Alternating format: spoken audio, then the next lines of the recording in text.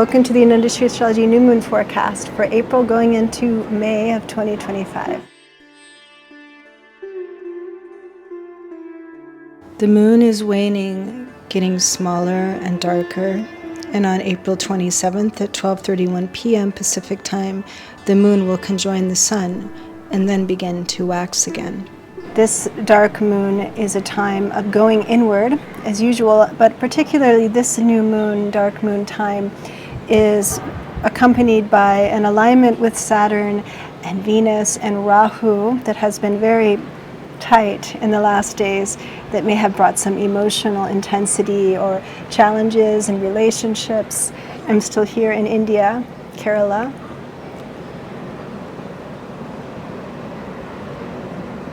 New moons are opportunities to make a fresh start, a new beginning. A new lunar cycle is starting, and the days leading up to the new moon can feel a little bit like shedding or letting go or having to really take a break and pause. Now, this new moon particularly had, as I was saying, some very volatile astrology leading up to it, because Saturn is in the very first degrees of Pisces along with Venus, and they have been in Graha Yuddha, planetary war, for several days. And on top of that, there is Rahu there, creating a sort of karmic destiny around this. Now, Venus rules over relationships. She rules over our attachments, our happiness, financial abundance. And with Saturn there may have been some real pressure, expectations perhaps, or maybe just limitations around any of these themes for you. There could have been conflict on the inner realm as well. This has all been happening in this very deep and inner spiritual sign of Pisces. So there may have been something really cooking, maybe boiling, you could say, in the waters of Pisces in the last week for you. And now a reset is happening. A possibility for renewal. This new moon is in the nakshatra, the area of the sky called Bharani Nakshatra. Bharani is called the star of restraint. It is connected to Lord Yama, the god of death and restraint. But it is also symbolized by the yoni, or the birth canal. It holds a lot of creative life energy that embodies not only life but death as well. It's an extremely transformative star. So there's a portal opening, like a new birth, a rebirth, you could say, in this new moon. This new moon is in a mutual exchange called Parivartana Yoga with warrior Mars, who is in Cancer, which is his debilitation. It's a very sensitive and emotional sign, actually.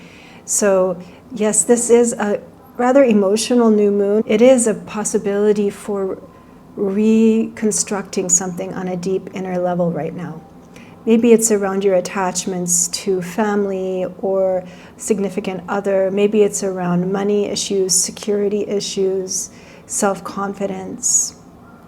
What are you ready to reset in this time? This is a powerful time to really be thinking about how you connect with your vital life energy from the inside. An alignment called Kala Sarpa Yoga, the snake of time, is now formed, in which all of the planets are on one side of Rahu and Ketu. It can increase trouble, conflict, war, scandals can come forward, things like this, particularly because of Saturn and Rahu's joining together in Pisces. This is called a Sarpa Yoga. It's a kind of anxiety-forming conjunction. Luckily, it's going to separate by mid-May. But Saturn's entrance into Pisces really has ignited a new era. Pisces is a spiritual sign of waterways and emotions and deep states of awareness. So a lot can be reformed, a lot can change, a lot can be awakened in the next 2.5 years. So if you haven't already, you can check out my pre-recorded class on Saturn in Pisces. It is available now for purchase. I go into the meaning of Saturn in Pisces in Vedic astrology, historical patterns and trends of Saturn in Pisces. There are also horoscopes for all 12 Vedic signs. So check it out. As I was saying, there's been quite an alignment with Venus, the goddess of love, with Saturn and Rahu in the last days. When she first emerges as morning star, she's very bright. She's at the peak of her luminosity throughout her entire cycle. And on this new moon, she's very brilliant in the sky, and she's starting to separate now from the Graha Yuga. She's moving away from Saturn, and it really looks to me like a new chapter of possibilities in your commitments, in your relationships, a new sense of forgiveness or self-forgiveness in situations. Mercury, the one who controls the markets, the one who controls our communication and our ability to connect and travel as well. He is coming out of debilitation on May 6th. First time since February that he's going to be out of debilitation. So this is a big step forward for Mercury. A lot of new ideas and clarity around your future plans also coming after May 6th.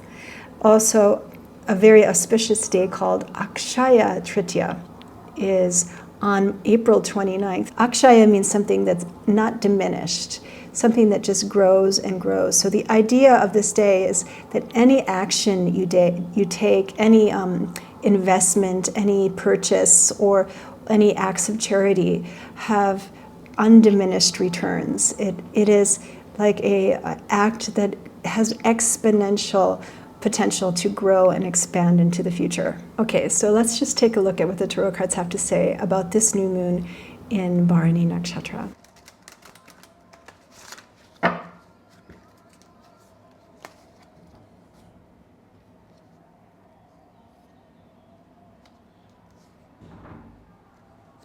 Okay, so the first card is the Eight of Wands. We actually have two eights, Eight of Wands and Eight of Coins. The Eight of Wands is a little bit like this Mercury coming out of Pisces finally. Since February 27th, Mercury's been debilitated. This is the sidereal system. So it's been a long time, Mercury retrograde, entirely debilitated. And finally now he's getting to the point where he's starting to come out of his shadow. He's moving into Aries, the first sign, fire.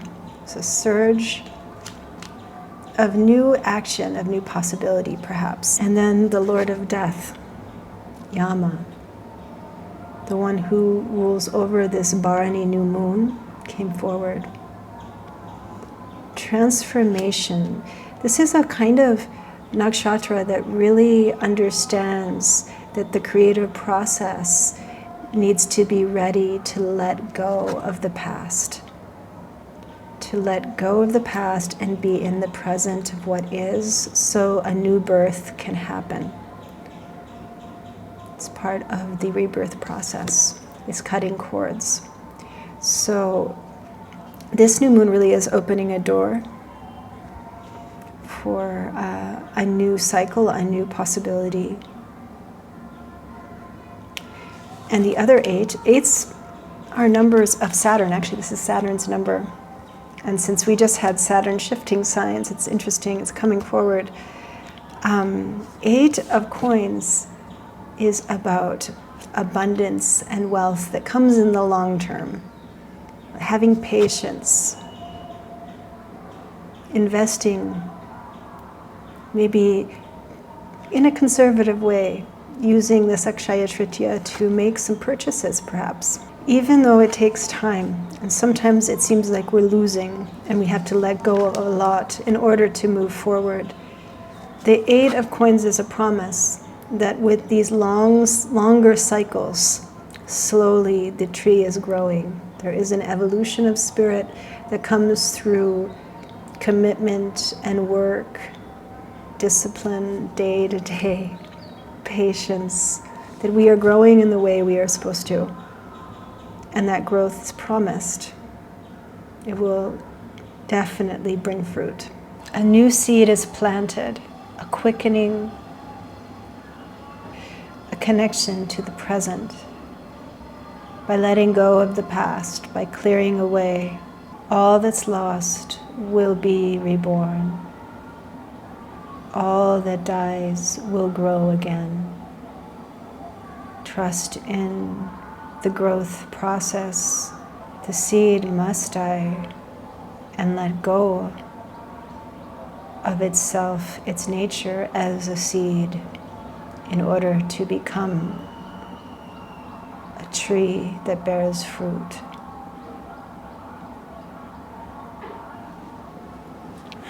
Okay. Thanks for coming to the Industry Astrology New Moon Forecast.